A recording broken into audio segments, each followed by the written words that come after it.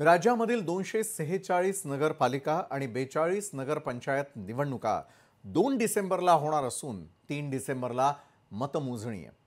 यामध्ये 6859 नगरसेवक आणि 288 नगराध्यक्षांची निवड होणार आहे।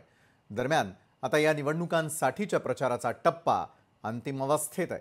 स्थानिक राजकारण्यांच्या भविष्यासाठी या निवडणुकांचा फार मोठं महत्त्व असताना मोठ्या नेत्यांनी देखील आपला प्रचार वेगानं वाढवलेला आहे। दरम्यान राष्ट्रवादी काँग्रेसचे अध्यक्ष आणि उपमुख्यमंत्री अजित पवार यांनी निवडणूक प्रचारासाठी बीड आणि नांदेड जिल्ह्यातील नगरपालिकांमध्ये सभांचं आयोजन केलंय आणि यावेळी त्यांनी केलेल्या एका वक्तव्यामुळे चांगलाच वाद निर्माण झालेला आहे। ते वक्तव्य नेमकं काय आहे ते आपण पाहणार आहोत। मी स्वच्छ भूमिकेतनं लोकांची कामं करण्याचा प्रयत्न करतो। मी माझ्या भागामध्ये करून दाखवलं, त्यावेळेस अंबाजोगाईला येऊन सांगतोय की आपण पण तसं करा। बरेच पुढारी येतात, सांगतात असं केलं पाहिजे तसं केलं पाहिजे आणि त्यांची शहरं एकदम घाण भिकारचोट असतात। मकानपाडा असतो तिथं त्यांना सांगायचा अधिकार नसतो। आत्ता जाऊन बघा आज बारामती शहर कसं स्वच्छ देखणं केलेलं आहे।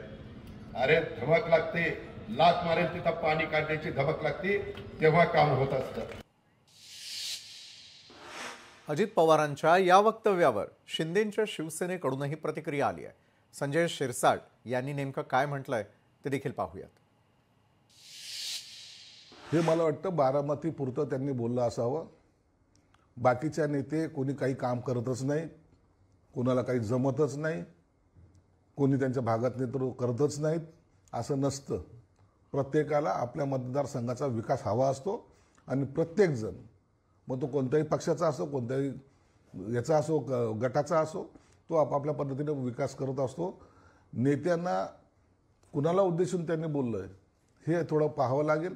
जर ते त्यांच्या कोणत्या नेत्यांशी संदर्भात बोलले असेल तर तो त्यांचा अधिकार आहे, पण इतर नेत्याबद्दल त्यांनी असं वक्तव्य करता कामा नये। लोकशाही मराठी ऐका, पहा, जागरूक रहा।